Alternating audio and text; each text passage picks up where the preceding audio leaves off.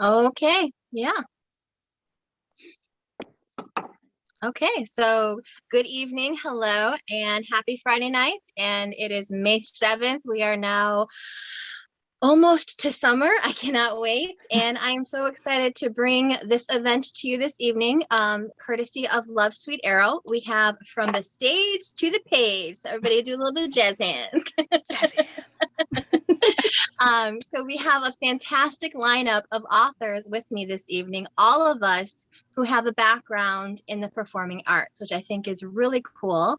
And we're here to celebrate everyone's books, but especially to celebrate our superstar, Zeo, who had her release this week. Oh, thank you. Thank you.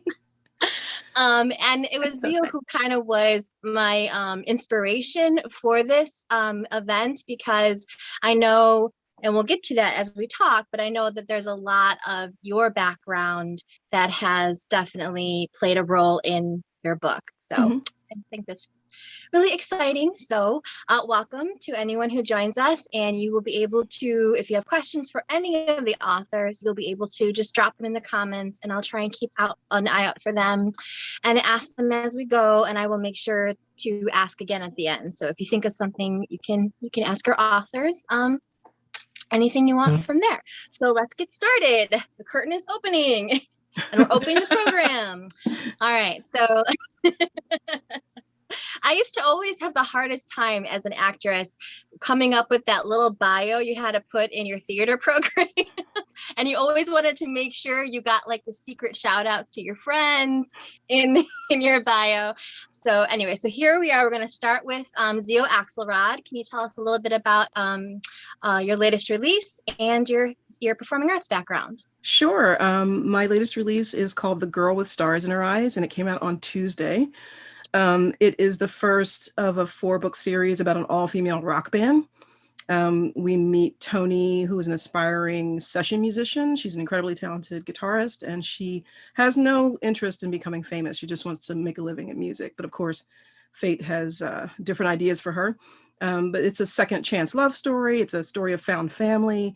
And I like to think of it as a multifaceted love story because she falls in love with her talent. She falls in love with the person in her life, and she also falls in love with this band.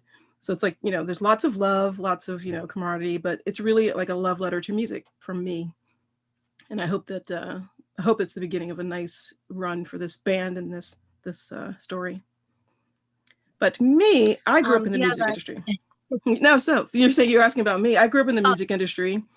Yeah. I've been singing, performing, whatever, since I was about 4 years old. My father is a songwriter, performer, artist, arranger, producer. So I literally grew up in studios around musicians, and it's just in my blood, So I've been in that's like everything. Amazing. So that actually adds another layer to. Can you tell us the dedication in your book? About Da? Yeah. When you have a parent or any family member who achieves a certain level of success, there's always that, whether it's pressure from them or pressure on yourself to achieve the same level. My dad has this success, but he never looked at any of the kids and said, okay, here's the bar you got to reach. He just said, do what you want, do your best at whatever you love. And I think he didn't even want any of us to go into music because he didn't have the best, he had a rough ride going through it himself. And so he wanted us to avoid some of those, hurts and pitfalls and stuff. But, we all have his blood in us. And so we all went our different routes. But, he set a standard of quality and dedication that I think that resonates in all of us, all of his kids. And so, his support has always been there. Even when I decided to do rock and roll instead of R&B, he was like, okay, so he's always been there. So of course I had to dedicate the first book in this series to him because he, to me, he is music, he's my whole foundation of music. Yeah, I thought it was beautiful, and the picture of you together at the bookstore, and it's just. Yeah, that was. So singing since 4 years old, and so you have a professional career as a singer. Yeah. And even still today? Yeah, I mean, when I first started writing fiction, it was at a time when things were sort of slowing down musically for me because I used to tour quite a bit, and I couldn't, as an indie musician, you book your own shows, you do your whole thing, And I toured in the UK and Portugal a lot, and a lot of the venues were like going through some tough times, and so things were changing hands, and it was really rough. And I was like, maybe I should take a break. And the writing sort of came up when that was sort of settling down. So I was like, okay, let me pivot. Yeah. So I pivoted. We're going to talk more about that later, about how one kind of shifted to the other. So I want to bring us to our next guest, Denny S Price, who also had a recent release. Congratulations again. Yes. Thank you. Thank you. Can you tell us a little bit about that release? Oh, certainly I can. Actually, not just a recent release, but my first release. Awesome. Historical fiction.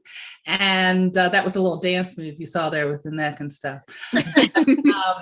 My story, Wild Women in the Blues, is set, it's dual timeline set in two places, sort of weaving together. The 1925 storyline is about an ambitious chorus girl in Chicago. Her name is Honorée Dalcour. In the 2015 storyline, I have a young man who is a grieving film student trying to, just grab on to something that will help him get his life back on track. So he decides to finish his documentary thesis, and it's on Oscar Michaud. So he finds some photos in his grandmother's attic. He goes and looks at the back, and there's a phone number, like a today phone number versus a 1920s phone number, even though the photos are clearly from 1920s. And he goes to Chicago to a senior living facility to hang out with a woman named Honorée Dalcour, who happens to be 110. So these two stories find a way to weave themselves together. My professional background that we're here to remember because I was a professional dancer. I started as a ballet dancer with the Cleveland Ballet, God help us, point shoes and the whole thing. That didn't last long. I ended up switching to modern dance. Ended up in Chicago for a while. I used to live in Chicago, so a reason for setting my book in Chicago, that love-hate relationship. Danced with a modern company there, toured all over the certain portions of the US. Then I ended up in New York. And in New York, I danced with, Twyla Tharp. These are secondary companies. I never made it to first stage companies. Ailey, it's just what you did. I even used to take classes, dating myself a little bit here, with Madonna, because there was a jazz class on Sunday afternoons. That's pretty cool. I'm just going to stop you right there. Well, time out. She was just, just like the rest of us. Was she a brunette then? Probably, right? She had come out with us, we did not care. She'd sung some song, but in dance class on Sundays, this gal who was a jazz dance teacher, that class was so hard that we didn't care who was in class with us. It was like, let's live through this 2-hour class. Oh my God, 2 hours. Oh my goodness. Oh yeah. Because you have the bar work, and then you have center work, and then you have routines. And, so it's a little crazy life, but it's something I used to do. I don't dance. Actually, I started dancing today through the house because I was like in a good mood and stuff. And then, Nice. And then my hip started hurting. I was like, I walked away from it. I said, no. I can ramble, so I'm ask me a question or move on, because I'll. I know. So I just, and you're, the main character in your story is also a dancer as well. So I thought that. She is. And dance. And I used to ask Zeo to let me sing backup on some of her songs. And I'm still bringing you in. You're going to be a Lily. You're going to be a Lily. I will be. I don't know if I can be a Lily. Let me know when it happens. I am 2 weeks post-vaccination as of yesterday. So. Me too. Yeah. All ready to just. Yay! So I will be at that show. So next up we have Robin Covington. Hi. And so Robin, I believe you are also a singer, but I'm going to let you tell us about your whatever book you've got coming out next, or what book that you just released. All right, so I have my latest release was Seducing His Secret Wife. It's the second book in the Red Hawk reunion series with Harlequin Desire. I'll put it up closer. Oh, good. Yeah, I want you to show those covers. It's hot. Those are such love great them. covers. Yeah, And I they just are. have to give Harlequin a shout out. They had both of these covers done during COVID when they couldn't do photo shoots. Wow. And Oh. there is probably not much harder than finding really good Native American rep in photos that they've taken, and they just nailed them. So shout outs again. I love the Harlequin Desire. I think Desire has really stepped up their game in the They past. really Yeah. have. Yeah, They really I've have. been very impressed. So, But and they I'm worried so much about getting it right that I just knew they were going to take care of me, and I just love them. So, but the Red Hawk Reunion series, it's about a series of three siblings, Adam, Rowan, and Serena Red Hawk, who were separated as children illegally through improper foster system practices in violation of the Indian Child Welfare Act. If you're interested, it's still being violated today. It's actually going to Supreme Court. Look it up. And they were separated. And the book one starts with Adam. He's now in his 30s. He's a billionaire, of course, because it's Harlequin Desire. And check. and his, Right. and he has hired a private investigator to find his brother and sister after all this time, because it's been just on his mind. And so at the beginning of the series, he's found them. And so each of the books is not only find each one of them finding love, but also finding each other again and becoming the family that they've been denied to be all of their lives. So means a lot to me. I'm Cherokee, and I also used to work in I'm an attorney by day job, and I worked a lot with the foster care system and dealt a lot with kids being taken out of their homes and away from their cultures and stuff. So it's something near and dear to me. But I am a singer, and much like Zeo, I started really young. I think my dad said the first time I sang in church was 2 years old. So like most folks, most Southern folks, I'm from Virginia, we started singing in church. So, and I was lucky enough, my family actually had a band. We have a gospel band. We still sing. And we used to go around, my grandpa was a preacher. And so we were always dragged around. I've sung in every church in Southwest Virginia and Tennessee and North Carolina, I think at some point. And, but we would go and sing. And I was at a young age, quite the novelty, my understanding is, because I was little and I would get up there and, sing solos and things like that because I'm not shy. And I know, if only YouTube had been around back then. Right? Exactly. So, and then as I grew up, I met songwriters in Christian and gospel, but also in country music. My other grandfather was a country music musician. And so we were always surrounded by music. Everybody was always singing and talking and about music. And so I grew up and I sang in more bands and I sang backup, and then I started doing demo work and all this kind of stuff. And I thought for a hot minute that I was going to go to Nashville and become Taylor Swift before Taylor Swift was Taylor Swift. And did not do it. And my dad was he's the first person in our family to go to college. And so he was very much pro college, and his thing was go to college. And if you still feel like then I will, 100%. So it was kind of like that crossroads moment. Yes. And I love to sing. I still sing in a band locally. We are so excited that COVID is being lifted, because we are right back in the swing of wedding and graduation and retirement season. And your band does wedding performances? Oh yeah, you can book us and we will go and sing at your graduation party or your retirement party. Or well, you're gonna have to make sure you share the links. I will. I'm sure they'll be out there. So, but we're so excited because we miss performing together. Yeah, We've been performing together for 20 years, and it's just, I just love music. And in my books, the one that has music in it was Seducing a Secret Wife, and it really ties.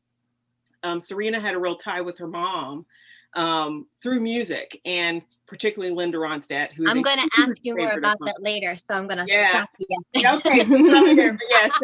But yeah, but I just love to sing, and I still love to sing, and I still love to play, and I think that, you know, kind of led into telling, you know, it's always, and to me, a song's always about telling a story. Yeah, And, yeah. and when you tell a story well, you're really connecting with the audience. So I just tell longer stories in addition to singing.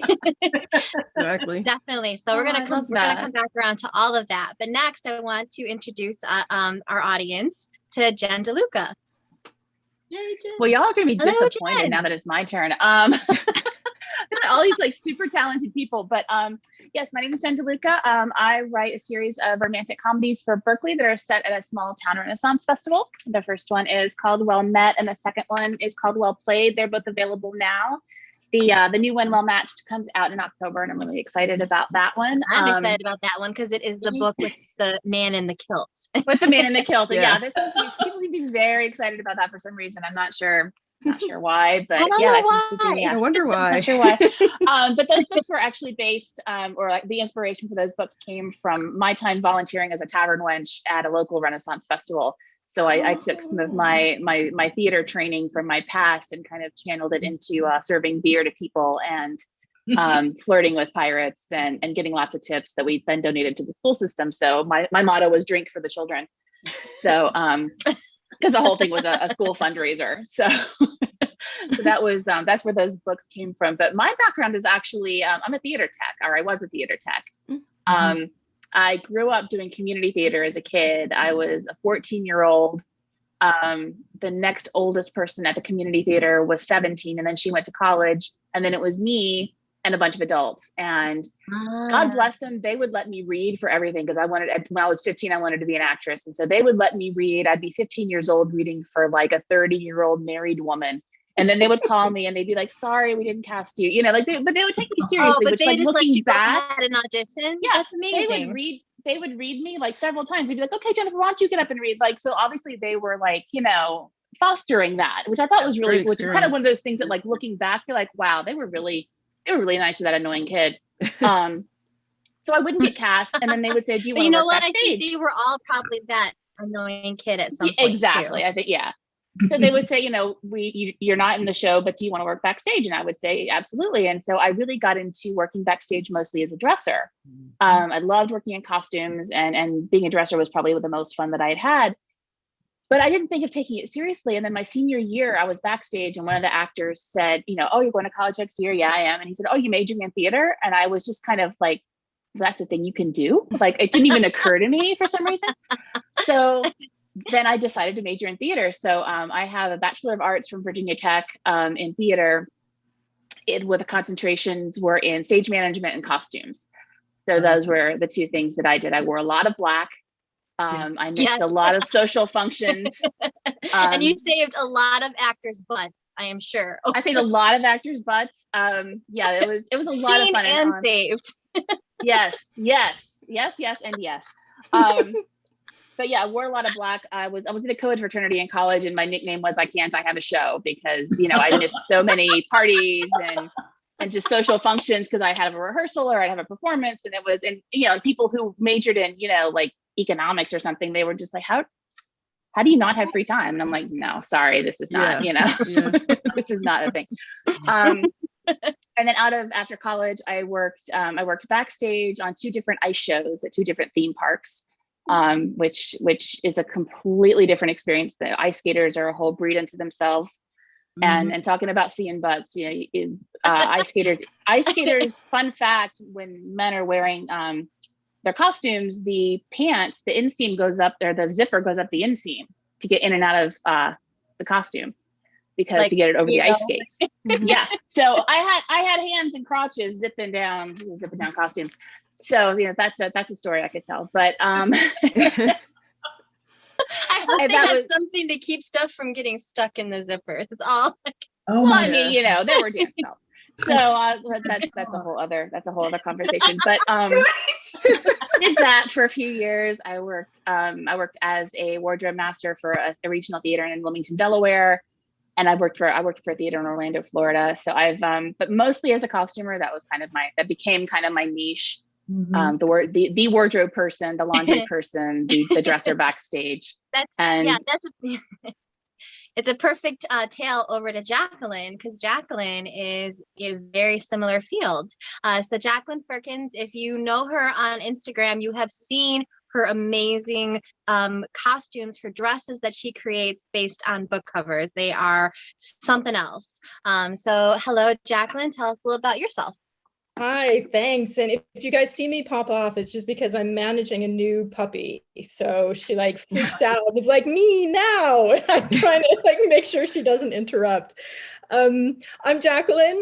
My next release is not about theater, but I do get to include some of my background. I am a costume designer, and that is still my day job, which is a crazy thing to say. Like, that's my primary income, is actually as a costume designer. See, my dog is already fussing. Aw, puppy. Noise off to the side. This is what's happening. Anyone who's in theater knows any animal will always steal the show. Always steal the show. I've given her like every toy I can find, and she's just like, no, Mama. yeah. So, oh my goodness. Okay, I'm gonna do this with my dog. Give me just a sec.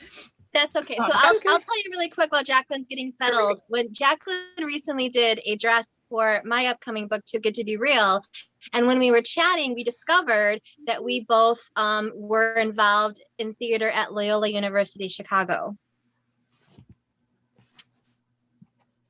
Great. I will try and pick up from there now while my dog sort of circles around us. Okay. The challenge of Zoom, right? It's like your life still carries on when you're professional on a screen. Puppy. Anyway, so my upcoming book is a very, very, very loose retelling of Don Quixote. Obviously, I don't keep all the lore, but it's a YA rom-com.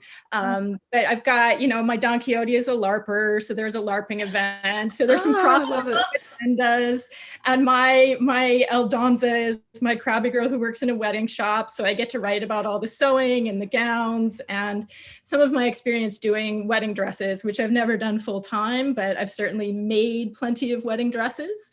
And so I get to kind of weave in some of my knowledge of clothing that way. Oh, that's but yeah, so I still work full time as a costumer. I've designed all over, mostly in the States, even though I'm in Canada now. So I've been to a number of your cities. I spent 9 years in Chicago, so that's where Melanie and I have an overlap. It was so fantastic to connect and be like, wait, you went to Loyola? I taught at Loyola. It was wild because then we knew all this theater, and I think that publishing and theater, these both worlds are so small. Oh yeah. And we were we knew oh, did you know this person? Yeah, and it's that. Oh yeah, that person, and it was wild. Yeah, pretty wild. So so costume design and you're still doing that now. Are you now? You're involved in it's a university theater. Yeah, so I teach at University of British Columbia. I teach costume design and construction. So I've got kids. I mean, this year was hugely challenging, but it was a lot of here's your kit to build a corset, and call me if you need help along the way. Oh my goodness! Those hands-on classes to have to do that. Oh, yeah. So wow. Yeah. All right, we're gonna. I'm making a note because I may have to call you for. She's like, research. Resources for each other. So yeah. So and then go ahead. Oh, I was just going to say what Melanie brought up about my dress project is basically, over the year, of course, when COVID hit, the theaters all shut down. So all of my work vanished. And fortunately, I teach, so I didn't have the income panic. But you guys know, as a creative artist, when your art goes away, where does your soul go? What do you do? Yeah. Who are you? I just went through this massive identity crisis and was getting super depressed. So I was like, well, how can I continue to use what I do as a costumer as a way of connecting with other people, right? Because I think that's what a lot of us were missing, especially right as COVID hit. It's how do we replace those personal connections, all of that time together? So I started reaching out to authors, and I was like, I read your book. And I started designing dresses based on these books. So they're based partly on the content of the books. So like the cute rom-coms or like cute summer dresses, and the hard, like the big fantasies or big gigantic gowns. And so they have a sensibility of the content of the book, but then they match the cover. And then we do these giveaways with the covers, with the books and the dresses. And it's been just a really lovely way over a year of isolation to take my art and use it to kind of build community in this community, even though, you know, it's sort of tangential to my theater community, but yet, like Melanie said, you find all these crossovers and all these like, wait, you do that too? That's amazing. Okay, I'm dying to know what you would do for the lilies. Checked out her Instagram account. You definitely need to follow her on Instagram and catch all these amazing dresses. So yeah, and then I'm Melanie Johnson, and I am delighted to be your moderator this evening.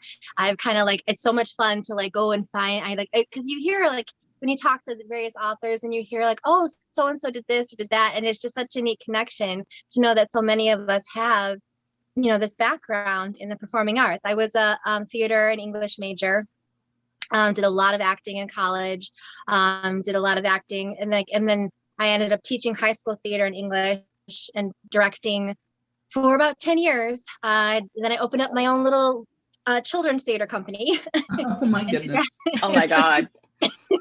I really, really wanted to. I live in a suburb of Chicago, and you know, in Chicago, there's a lot of opportunities for that kind of thing. But as you start to creep away from that kind of center, those opportunities get thinner and thinner and thinner, and it gets harder to find. So I really wanted to kind of create that opportunity for my children, as well as for other children in the area. So it was, and affordably as well, because when I was doing it for other companies, what they could charge was astronomical. Like I personally, as a parent, could never afford it. So I wanted to provide that for parents that you could afford it. This could be something. So my thing was, you know, affordable children's theater. So it was fun. But it became one of those things like where like the success kind of became, I grew too big for my own britches. I couldn't handle it. Where the job became more, it was so much more the business side of things and not the theater side of things, that I just had it was either do that and nothing else. Like it was all the paperwork and the insurance and the planning and the scheduling and or step back and commit to what I really wanted to do, which was write, which is what we're going to talk about next. How we kind of transitioned from our lives as performers, from our backgrounds in theater and singing and dancing and costuming, to publishing books. So I'm just gonna come back around full circle to Zeo, and you know, I know I've read a couple of your other books, and you know, the one of the ones I distinctly remember, she was also a singer, and she was the one that was presumed to be dead, but wasn't. I won't give anything else away. But there was a lot of that kind of musical industry in that book, so that's kind of what I was curious about too. So if you want to talk a little bit about how, you know, where was that moment that you decided to make that shift into writing, and we'll talk a little bit about that. Yeah, I mean, I literally fell into writing long form fiction. Denny and I actually met writing Buffy fanfic. We used to both be in the Buffy fandom, and we wrote fanfic, and that's how we met. There was like a big convention in Vegas, and we met in person for the first time. It was like, you know, what that Spider-Man gif where they're like staring at each other. Diagram of like theater and performing arts fan fiction. And I was a theater major too, so like all of that. But I was literally like, she talked me into watching this show called Scandal. And I was like, you know, really a genre person, like sci-fi, fantasy and stuff. You did. You were like, I think you would really like it. And I was like, okay. And so I started watching it. And I just joined Tumblr, and there was like a huge fandom for the show on Tumblr, but they had their own like narrative going on, you know? And so like, I was really interested in what was happening in the fandom, and there was a whole lot of what if, like, you know, stuff going on. So I started just writing little things, like little couple hundred words. And I wrote one piece, and someone was like, oh my gosh, I really like that. Write some more. So I wrote some more, and then someone else was like, oh my gosh, keep going. And so I kept going, and I was still touring. I was still doing the whole thing, but I was writing this. Like I'd be on the road in Portugal, and we get back from a gig at 4 a.m, and I was so like worked up from the gig that I couldn't sleep. So I would write some more. And, you know, somewhere like 2/3 of the way into this thing, I was on Twitter one day, and a friend of mine in Houston was tweeting about this thing that I was publishing, like on my Tumblr account twice a week. with her friend. And she was like, oh my gosh, did you read the last chapter? It was so good. And I was like, wait, what are you talking about? And she's like, it's this woman. She posted a thing. And I was like, that's So mine. And she didn't know it was you? She didn't know it was me. And she didn't believe me when I told her it was me. And I sent her the next chapter and she was like, dude, so many people were like into that. I had no idea that like so many people were reading it. It was so funny. And then Denny and I went to New York to an event there. A scandal event. A scandal event. Tell it. Yeah, it was a scandal event, and we had our little name tags. Like a thing for fans of the show.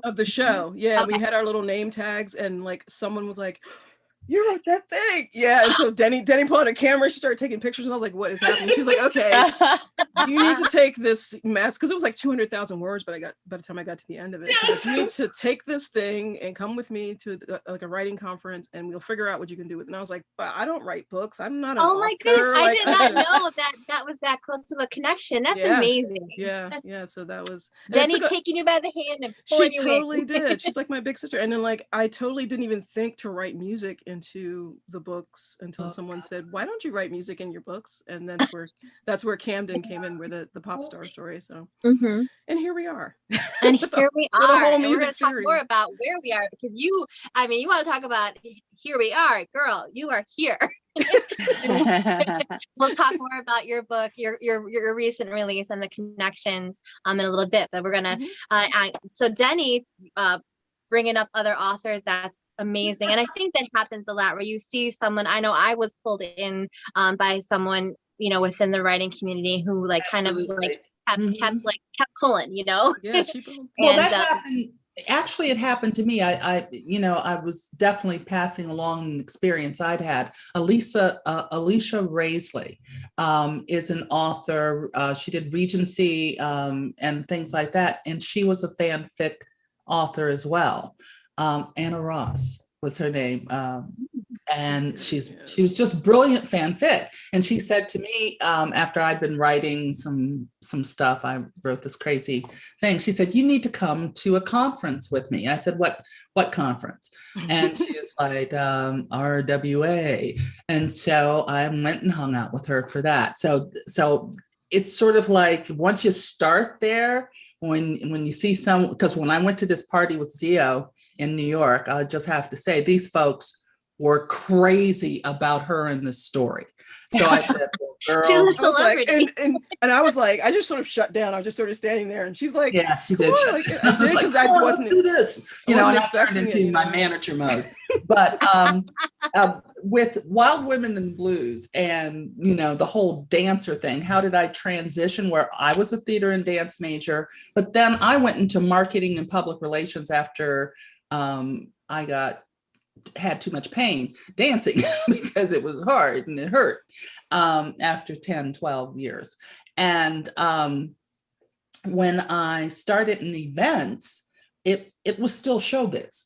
I'd do these massive, I'd have 5,000 people attending conferences, and I'd do the stage show, worked with the lighting designers, got to do all this other sort of stuff in my business. And then, since I've always been about the entertainment industry, because I'm also an old film buff, it's several of my stories. I think a lot of the 4 books that I have coming, there's always some infusion of music or dance or whatever that connects it some kind of way to the entertainment industry and being in front of an audience or having to deal with family, which is always a performance for some. We could spend a long time on that alone. Right. So it all keeps flowing because I went to college outside of Chicago as well in Lake Forest. And Chicago is such a vibrant theater, music center. To me, I just love that aspect of it. And I was very much immersed in it in between tending bar and doing other things and dancing. I can't believe I've still never been to Chicago, if you can believe it or not. What? You let me know. I know. When you're coming, and we'll get together. Okay. Definitely. She's so far outside of Chicago. What suburb are you in? I'm basically in between where I live now. I'm like basically smack between Milwaukee and Chicago. Oh, okay. Okay. Yeah. I know Milwaukee. Yeah. So it's about 45 minutes to get into the city. Into the city. Huh? Yeah. No, I Yeah, I about know 45. Milwaukee. When I was going to, Are yeah, we on a yeah. delay? You talk, I'll stop. No, it's okay. No, it's probably, it's all, you know, I think we've been doing these long enough to know there's always going to be blips and we just Oh, deal. yeah. Yeah. So, no, but I can get into this city when I need to. Yes. Yes. I wanted to move to, we good? Yeah. You're fine. Oh, Yeah. sorry. Okay. So I wanted to shift over to Robin and to how we went from, blasting, singing at 2 years old and performing in weddings and now writing these amazing books. So how did that kind of, and you're a lawyer, so plenty on your plate. How did we switch over to writing? Well, I think I was a contested divorce and child custody lawyer for a long time, and so I kind of feel like writing romance is my atonement for all of that.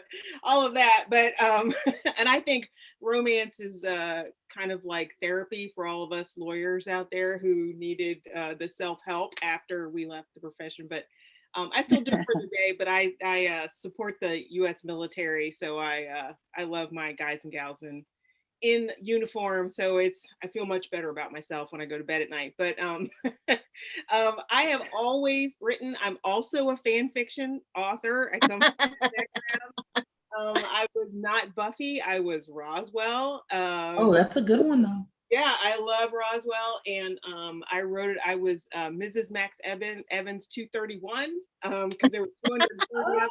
Okay. Looking that up. Right. We'll find you. But I had always written, and I'd always scribbled down either songs or poems or books or something since I was little. And I grew up in the South with a family of storytellers. Like that's what we did. We'd sit around and tell stories and play music and sing music, and so and then growing up also as a brown kid, watching TV, watching movies, I would always rewrite the stories to put somebody in it who looked like me. Okay, I'll fess up. Exactly like me. Mary Jane. Mary Sue. with your name, right? Right. Why wouldn't I want to write myself in as the love interest for Leif Garrett and I'm dating myself now in the 70s. But so I always wrote. So I got involved in the fan fiction forum with Roswell, and that's where I started really writing like full-length books. Mm-hmm. And I thought, gosh, I can do this. Mm-hmm. And then I was 40, and I kept saying, I was like, I'll publish someday, someday. And then I turned up being 40, and one of my good friends, unfortunately passed away after a really strong battle with cancer. She just fought it all she could. And I was like, you know what? I'm not guaranteed. She was 41. I'm not guaranteed a someday. And so I looked at Mr. Covington, and he said, you can totally write a book, babe, and do it. And so, so I sat down, I said, I'm going to write. I researched what I wanted to write, where I wanted to publish it. And my reward for finishing it was actually joining Washington Romance Writers, which is where I met Denny. Yes.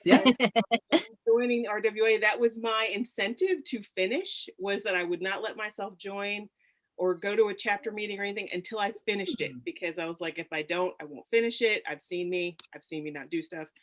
So, but yeah, that's how it just, to me, it's always been about telling stories. It's always been about connecting with people through words and stories, whether it be song lyrics or a poem or something. And so I just found as I got older, I just had more to say and more stories to tell. And yeah, I love it. I don't think I'll ever leave romance, because I love the hope of it. Yeah.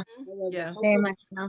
Yeah. I love the fact that, I can write books where people who look like me get the happiness they deserve. And I'm glad that the media and TV and movies are finally catching up. It's about freaking time.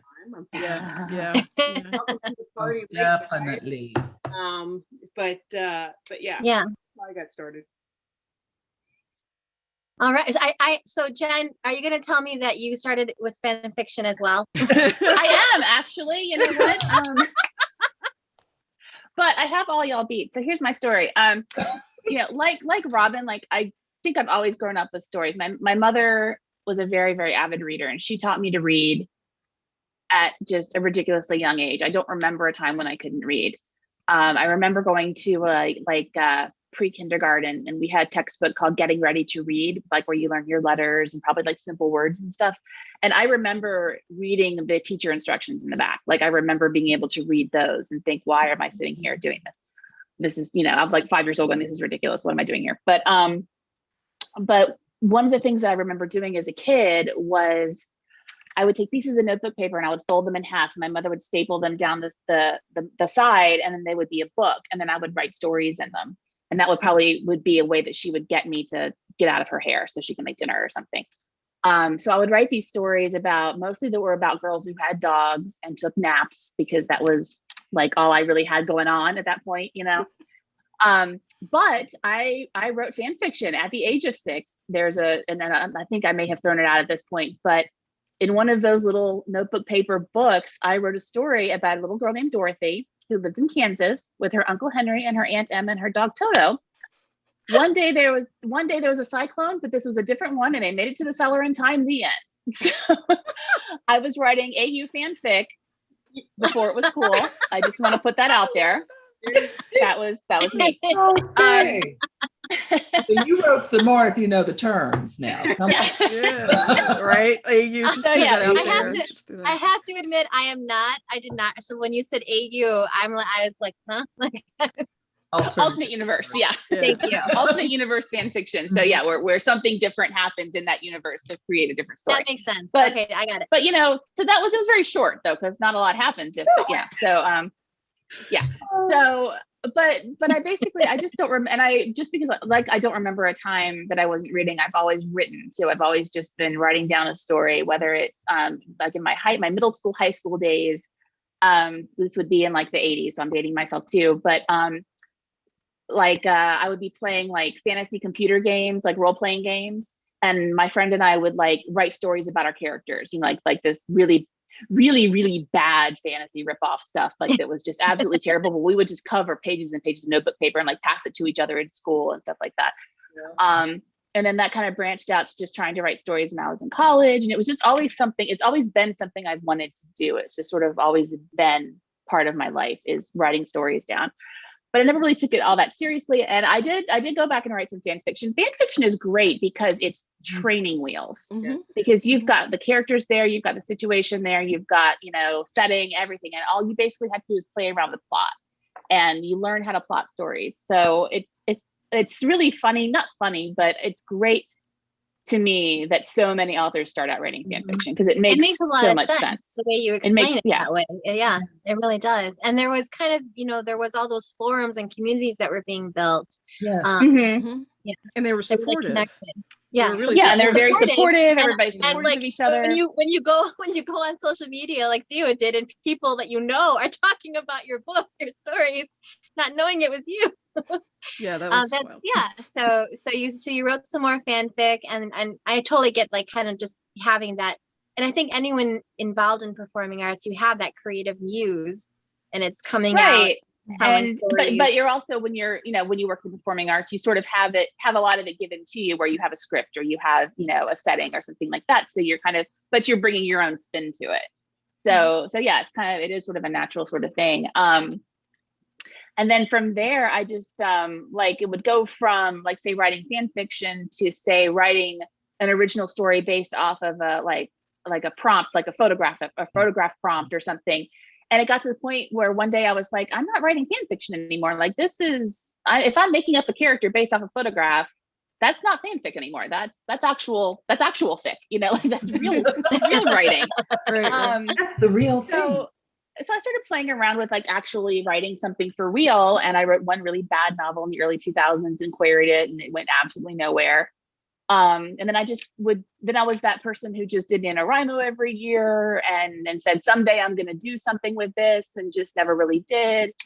And And then one year, I think it was, I want to say 2011 or so, I did NaNoWriMo, and I decided to write a romance novel because I had this idea in my head I'd been kicking around for a long time. I just said, you know what, I'm just going to write this down. And I did, and I had the most fun writing this romance novel than I had had writing anything else that I'd ever written. And I sent it to one of my critique partners, who is still my critique partner that we met doing fan fiction. I sent it to her, just said, let me know, what do you think of this? And she wrote back and she said, get an agent with this. Like, this is something, you've got something. So I, spent the next few years revising it because I've always been a very slow writer, and I'm still a very slow writer. And I still wasn't really taking it seriously. I was just it was the thing I played with, like after work. My day job for about 15, 20 years was a paralegal. So I worked in the legal field too. And yeah, when you're come home fried working litigation, yeah, it's really nice to escape into. Zeo was on tour and she wrote to wind down. Robin, with her job, and this is a way to release. So yeah, kind of a separate thing. It's such a good way to escape from doing. Yeah, and I was a paralegal during like the financial crisis in 2008 or so, and I worked. I did a lot of banking litigation, so it was pretty intense. But so it would be nice to come home and play with fun stories, and especially once I got into the romance thing, and it was just such an escape. You eventually were part of one of those pitch programs. Yes, I was in Pitch Wars in 2016 with this same book that I had been playing with since 2011. I was in Pitch Wars in 2016. I worked with Brighton Walsh. She was fantastic. We had a great time, and I was co-mentees with Helen Huang, so that's my little claim to fame. We had the three of us had a blast working together. Both of them were so much fun to work with. And so after that, I got my agent. And so I basically got my agent through Pitch Wars. And then, basically we, took that book out on sub that I've been working on for 5 years, and then it didn't sell. Mm-hmm. And I learned this is an important lesson for anyone listening who is writing and is out there trying. This book that Jen had been working on for so long, the book that got her the agent, isn't the book that was the deal. It's not the book that got me a book deal, but the thing about it is that it's the book that got me the attention of the editor, which is something that cannot be discounted. I was of course extremely disappointed when the book didn't sell, but we kept getting feedback like, this is a great story. She has a great voice. We can't sell, we can't place this book. We can't sell it, but send me her next thing, is what a lot of people were starting to say. And that was when my agent said, okay, rather than just exhaust this one, let's step back. Let's wait. Let's see if, we can hook a big 5 publisher with your next book. And at the time I was working on this little Ren Fair idea that I had from working as a tavern wench. So I was supposed to be working on something else, but I liked this idea better. So that was when I broke it to my agent that I was working on this Ren Fair book, and I hope you like Shakespeare jokes and pirates, and because this is what I'm doing. And that book, we finished it, and I worked, revised it with my agent, and then it sold in less than a month, because when she sent it out, the editor said, oh, I remember that other book that I really liked. So it got, so the fact that book now lives in a drawer isn't a waste. It isn't a loss, because it got me where I needed to go, which I think is really important. I think we could all speak to that, any of those rejections or those challenges, they weren't a waste, because they built. Exactly. And and everything that you write, if a book that you write doesn't sell, that you spend, a long time on, you've still learned a lot from writing it. You're a better author at the end of it. So even if that book doesn't sell, keep writing, keep going. So I'm going to move over to Jacqueline, who she's got the full-time job where she's teaching and at the university in costume design. And then, so what was your, where was your moment of, all right, I'm going to, did you write fanfic too? I didn't officially write fanfic, but in a way you can say I did, because both my debut and my sophomore release are retellings. So they're very much inspired by other works. Yeah. I've written lots of things that are sitting on my hard drive. So they're not the only things I've done, but they're the things that have taken off and found some market success. So I can't say I don't write fanfic, because I'm very much inspired by other works. I think, as has already been mentioned, when you come from a field where you start with somebody else's work and then you figure out what you add, how you interpret, how you can sort of curate an experience of that work for an audience or readership. I think it's a natural instinct to say like, I have a zillion ideas, but I also love this material and I want to see what I can do with it and I want to play with it. So that's my fanfic story. In terms of my sort of transition from theater and design into writing, there are kind of 3 braided tracks, but I think some of it's just about community. I'm super community oriented, which is why I'm like, let me make you dresses, let me read your books, let me do, like, I'm always sort of looking, I would much rather promote anybody's work but my own. So part of it was looking for community. Part of it has to do with what I wasn't seeing represented in books, which I'm willing to bet all of us can say. You sort of read enough and you're like, that thing that's missing is the thing that I want to get out there. Mm-hmm. But really the big transition for me, I have something called essential tremor. If you look closely, you can kind of see my head and hands shaking. And that hit when I was about 40. And it meant that there was going to be a limited amount of time that I could keep doing my primary profession. I mean, I thread needles every day, and there are points where I need help doing that now. I do very sort of close work, I draw, and there's just going to be a limited amount of time that I can do that. So I was like, well, I have spent all of my life training for how to create worlds, how to create characters, how to tell story, how to deliver story. I've sat in on blocking conversations, so like, how can I use what I've been trained to do and kind of pivot that a little bit?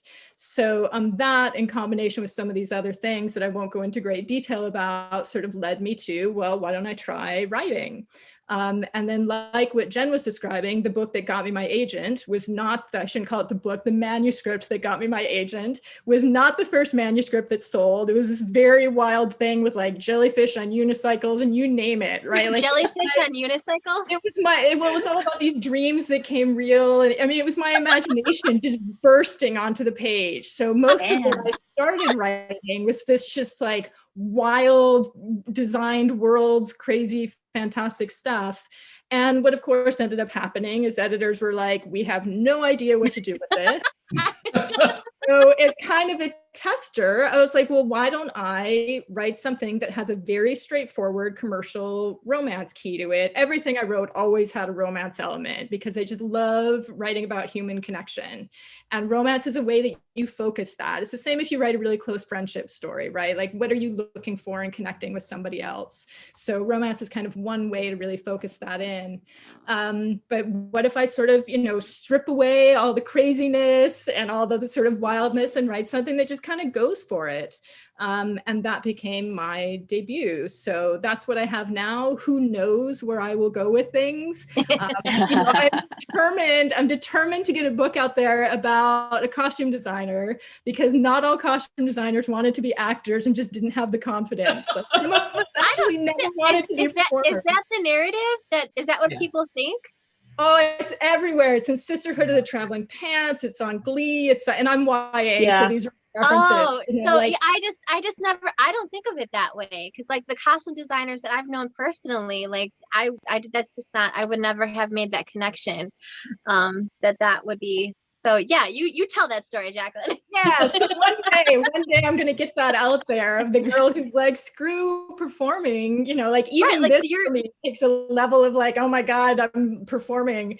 So I have just such admiration for all of you who sing and dance and act and put yourselves out there. I would much rather. I mean, as you talk about community, like theater, all of those things everyone's important. Like, like I know as a theater teacher and director, I'm always like, there's no small parts, only small actors.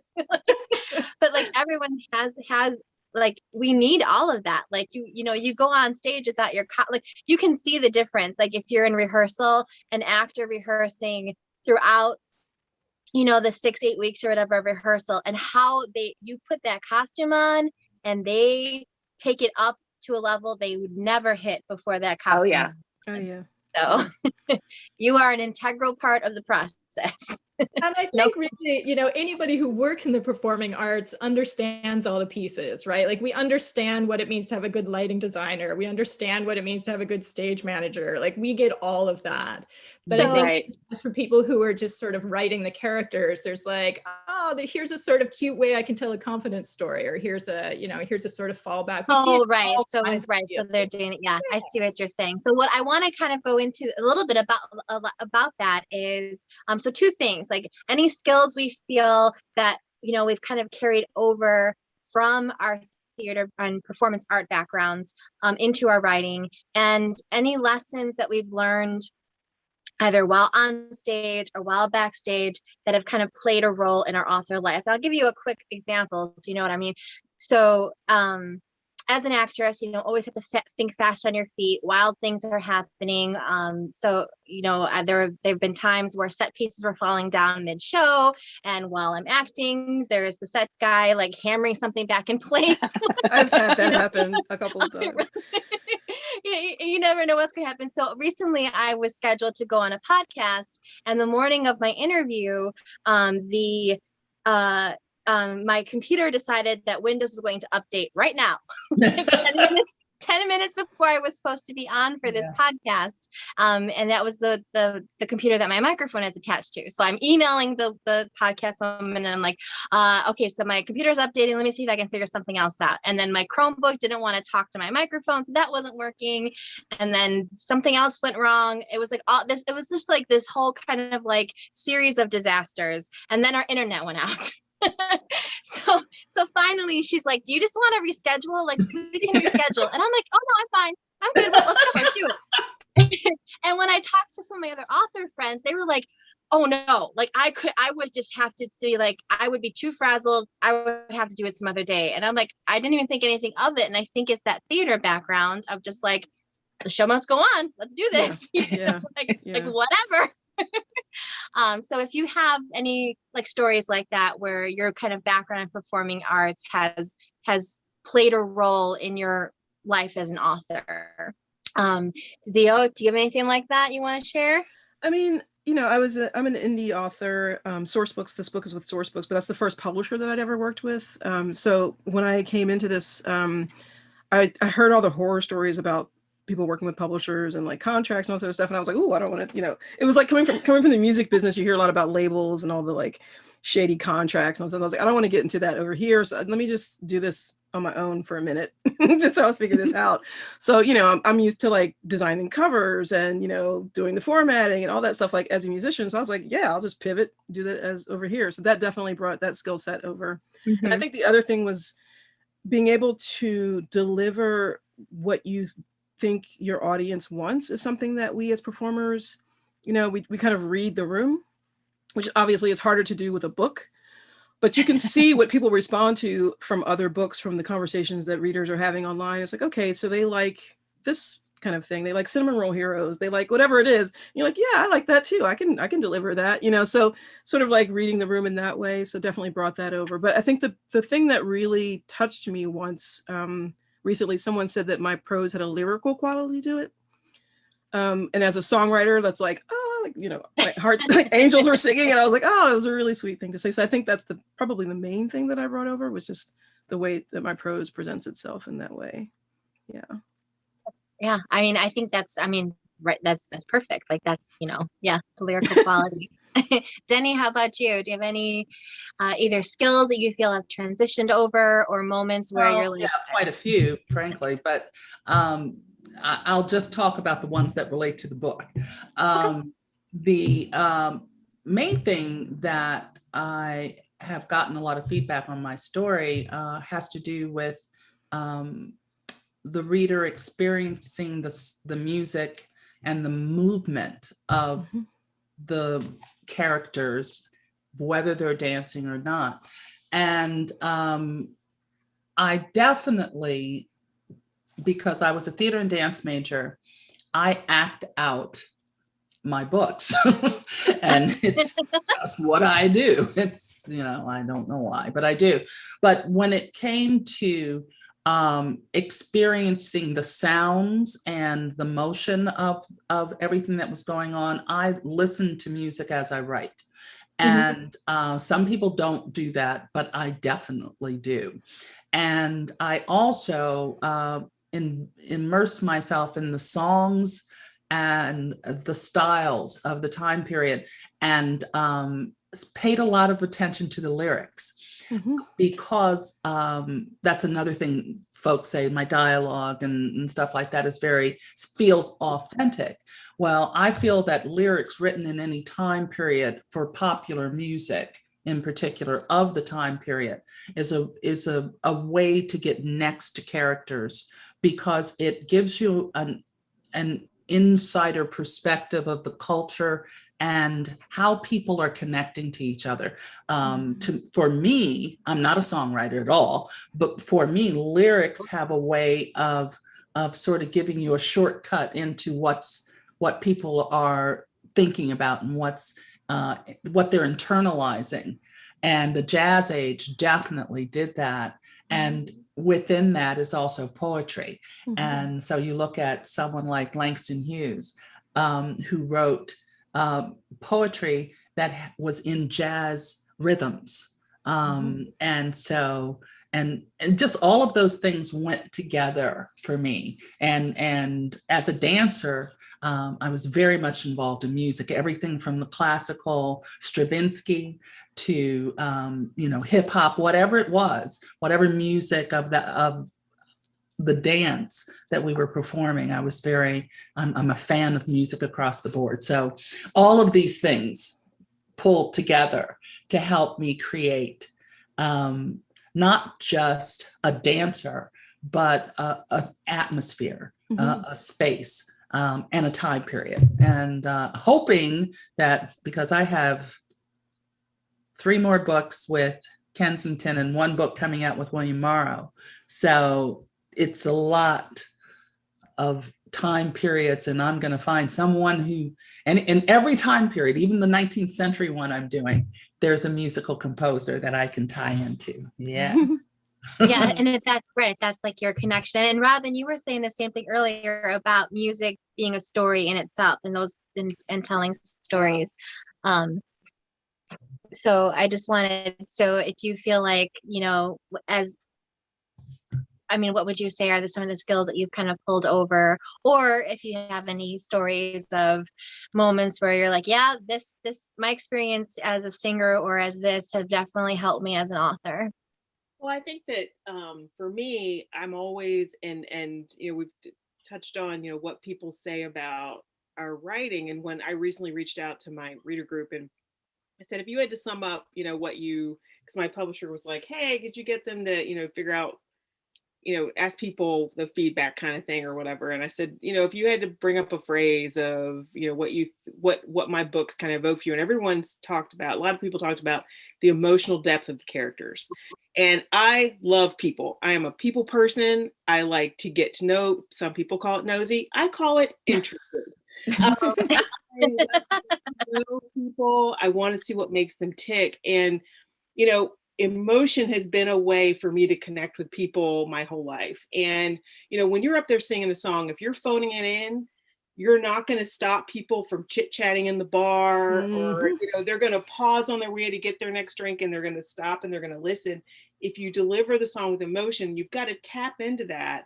And I think that for me comes from connecting with people, because I may not have walked in the shoes of the person in the song, but if I can relate it to someone I've met or tie it into someone, it really makes it real. And so, when you're up there singing and you're delivering a song, you have to deliver that emotional connection, I think, to pull the listener in. And I like to do that with books. I find that I really need to dig into the emotional core of the character, to kind of pull people in and make that connection with them, because I think there are so many basic, essential human emotions that we've all experienced. Maybe they were probably triggered by a million different things from all of our different walks of life, but we've all known sadness, we've all known joy, we've all known, intrigue, we've all known embarrassment, right? And maybe we all didn't have the same experience that got us there. We know what that feels like. And when someone brings it up and you're like, my most embarrassing moment, all of you guys are going, oh, right? I mean, what's going through your head is completely different than what goes through my head. It was actually tripping upstairs on a stage and clunking myself on the chin and having to bleed through a performance. Anyway, we don't need to talk about that.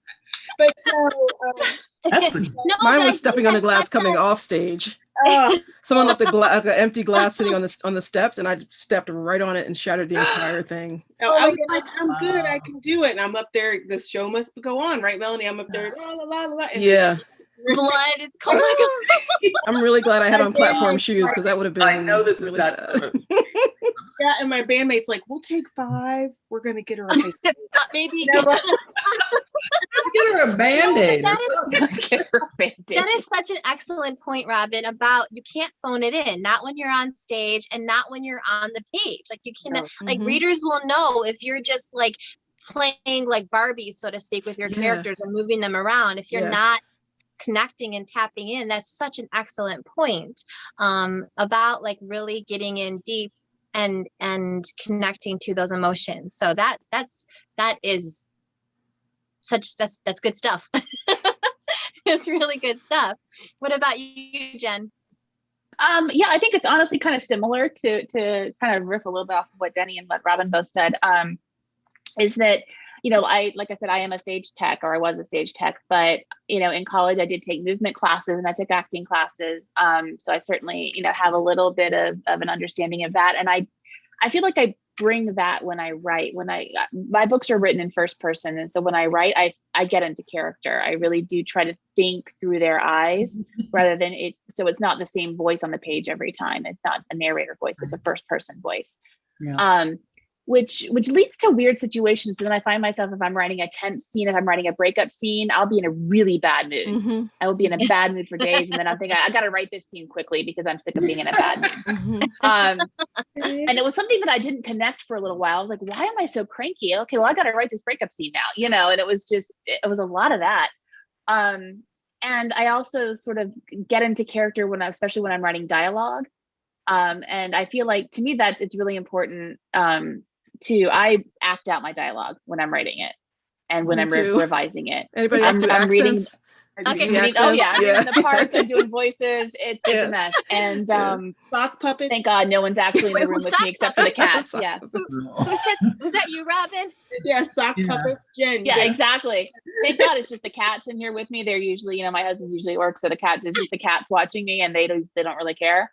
But I feel like that's important. It's important to make dialogue sound as natural as possible on the page, so it actually sounds like someone speaking, as opposed to it being a narrative. You know, because I think everybody's read clunky dialogue, and that's definitely something that I try to avoid.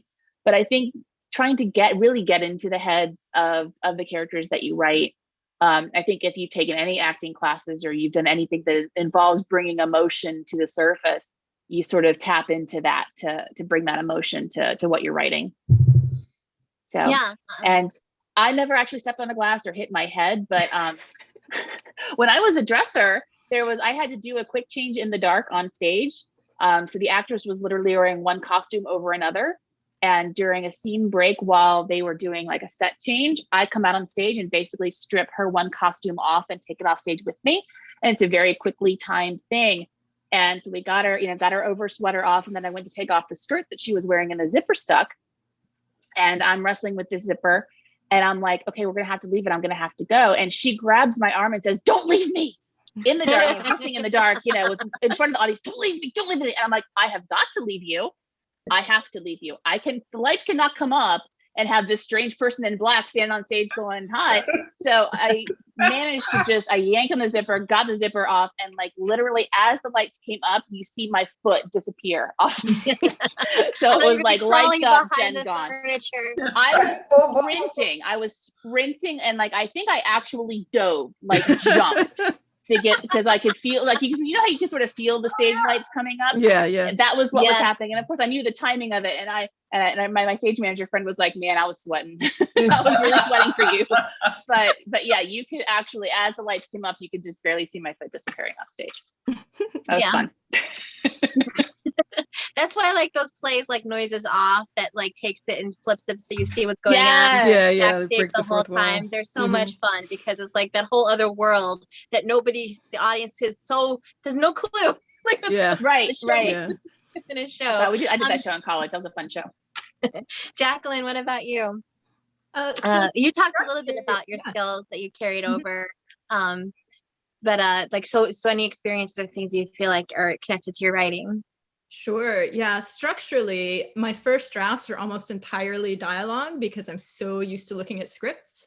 Yep. And that's something that I just think is a fantastic challenge about, can you tell the story only using dialogue? Because it means that your dialogue has to do so much work. You can't just toss out a line. That dialogue has to be, giving you character, moving the plot forward, because you can't just then put the plot line in after it or put the character line in. You've got to actually fit it in the dialogue. So that's one way that I think I carry over some of what I do. Obviously, design-wise, like every image is weighted with meaning for me. Like I pick my locations very deliberately, what's high, what's low, what are the surface qualities, what are the color themes that run throughout the piece, what fits somebody, what doesn't fit somebody, where did they get it, how long have they had it. So even though my hope is that when somebody reads one of my books, they're not thinking about all of that, but it builds a picture, right? Like you start to just get a texture of things. So those are two very specific ways that I think my time in the theater has informed things. In terms of kind of career-wise, I'm willing to bet we can all say this: when you work in a collaborative art, you don't get precious about things, I think, in the way potentially somebody who comes from a different avenue would get. I get editorial notes or reader feedback, and I'm like, oh, let me think about that. And that would make that great, because I'm so used to working like that. Nothing that I put on stage or screen is just me. It's always like the lighting designer had that idea, but now the actor has this idea about character, and now we need to change things because the script changed. So you get very flexible, very kind of malleable about things. You know what you want to hold on to. There's certain things that I'm not going to let go of because I'm passionate about the themes, the story, the characters that I want on the page. But I will overturn, 90% of what's there if I feel like I understand where the notes are coming from. So I think it's that lack of preciousness. And then I think the other thing that's sort of more of a kind of career influence is, there's a point where the show goes up and you're done. Yeah. I think there's something that is really, really healthy about that. Like once the book releases, it belongs to the readers. I am not going to listen to my audiobook. I'm not going to go back to the pages. I'm not like, it's in your hands. It's free. I'm on to the next thing. And there isn't a feeling that I'm going to revise it forever. There's a point at which it's as good as I can make it now. Can I look at either of the books I have and think about things I want to change? Absolutely. But I'm also not going to go back and keep digging. I'm going to move on to the next thing because there's another show, there's another book. And that's actually perfect, because I want to, before we end, I do want to talk about like the next thing. So I want to take a minute for each of us to kind of talk about like, what's coming up next, what are our plans for future adventures, like either on the stage and on the page. So for each of you, like what's your next project? And if you have any other in writing, what's your next, what's coming next in the book world? And then if you have any shows or any other endeavors that you're doing, let me know about those too. So Zeo, what's coming? I know you just put the book out this week. Yeah, and you're still kind of like in the middle of release frenzy, but what's coming next? Well, I'm in the revisions for book 2 of the series because it's a 4-book series. So we're moving on to the next member of the band. And, along with the series, there's the music that goes with the series. I have a lot of recording to do for the series. So we have one single out already. The second single is coming out pretty soon. And then my guys and I are going back into the studio to record more Lily's music as I'm writing more Lily's books. So I'm going to be living, unlike Jacqueline, I get to live in this universe. I have to revisit this stuff for quite a while because I'm stuck with these people for quite a while, but I'm happy here. It's super exciting. And we can, and readers can get the music too, right? Yeah, the Lilies are a real band as far as anyone else is concerned. And it's Lillys because there's 15 bands with the other spelling. But they're on Spotify, they're on Apple Music, they're pretty much anywhere you would find any other music, they're there. And they have their own Instagram account, the Lilies Rock. They're on Twitter. So they're as real as I can make them. That's Verisimilitude. really cool. I'm all about verisimilitude with this series. That's awesome.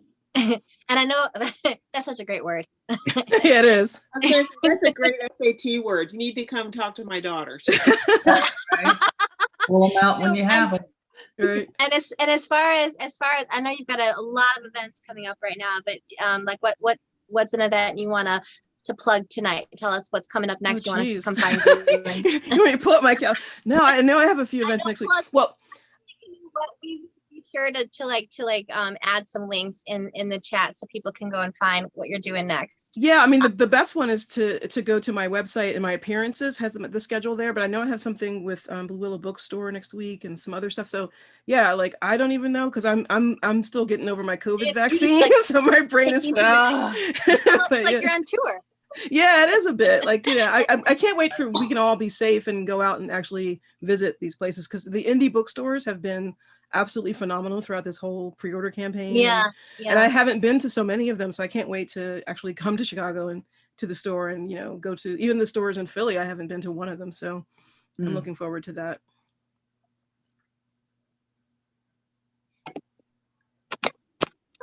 Sorry. We're losing you. Denny, you're in the middle of a tour still too. You've got yes. My tour schedule continues, but my next project, I also am on revisions due in about a month for my second historical fiction, Blackbirds, another dual timeline set in Los Angeles in 1928 and a road trip from Chicago to Los Angeles during the summer of 1968. After that, I have 2 more books coming, historical fiction.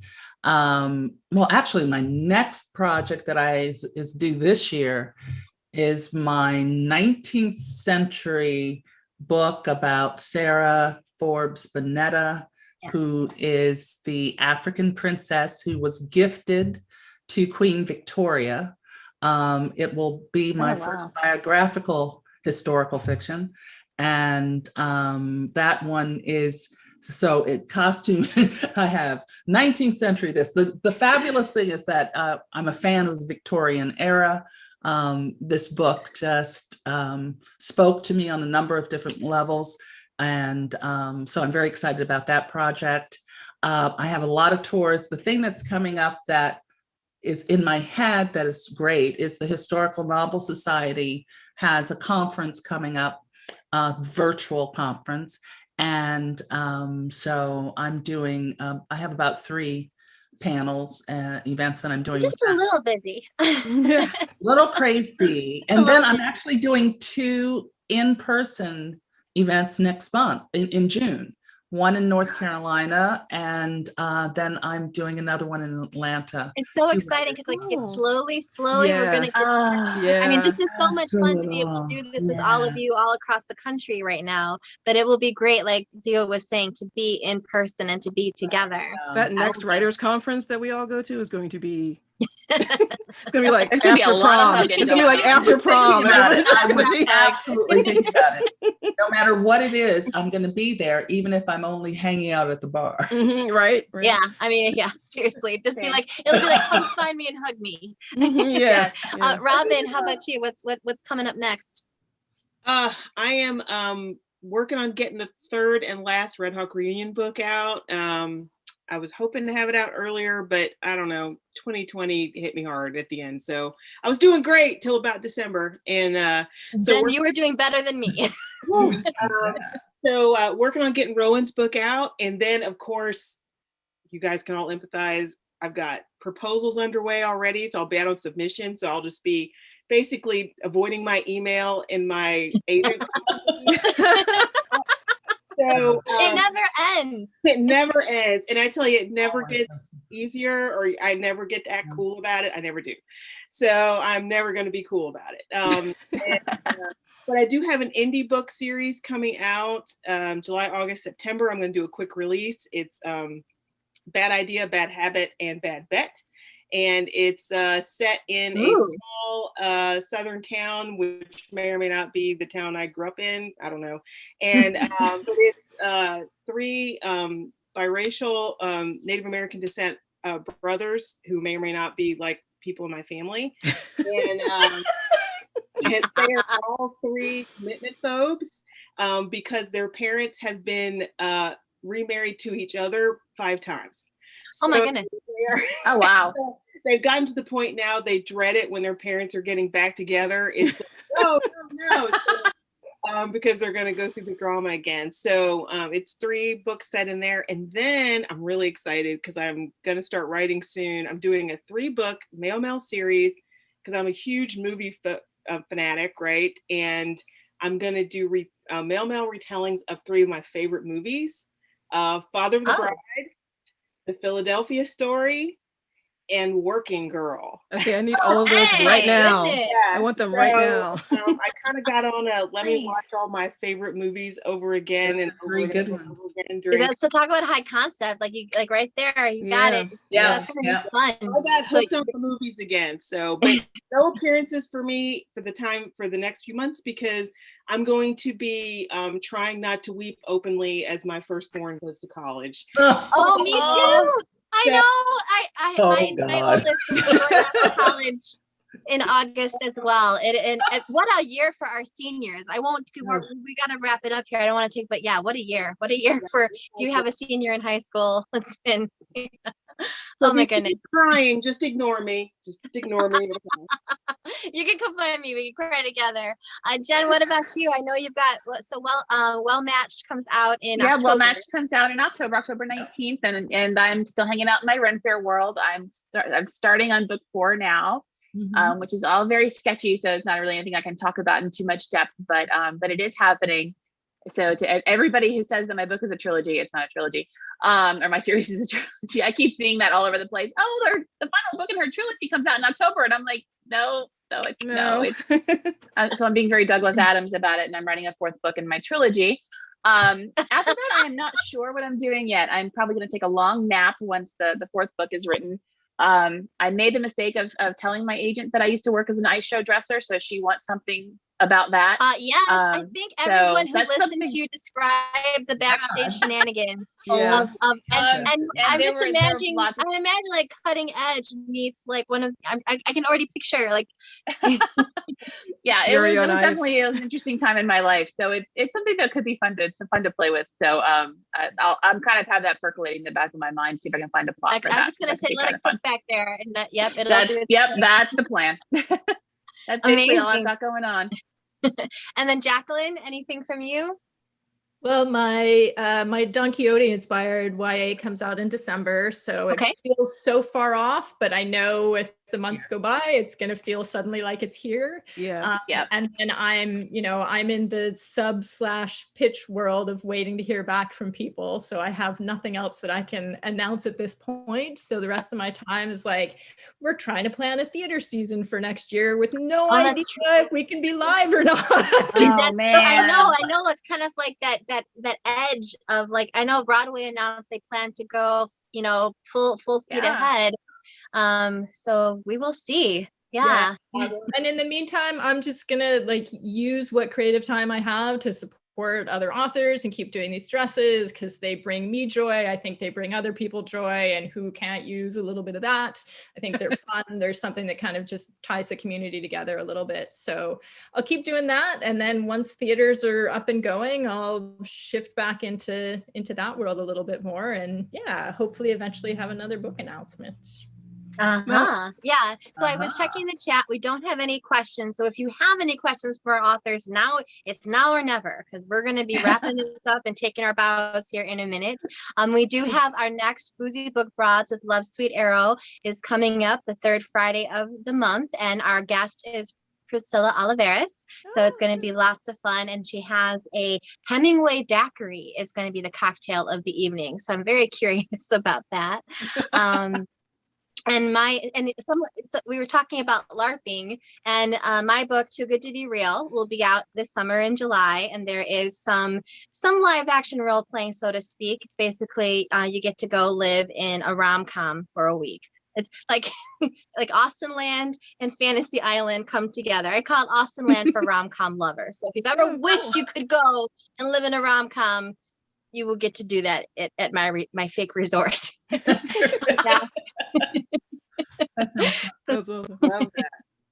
Yeah, it's gonna be fun. So it's summer. So thank you, all of you, so much for joining me this evening. This has been really fun. If you go to the Love Sweet Arrow website, you can buy books from any of the authors here this evening, and some of them you can actually also get signed book plates, and just support the indie bookstore, support these authors, and we're gonna, keep on doing what we're doing. And we will see you all later. This is it. So we're gonna wrap it up here.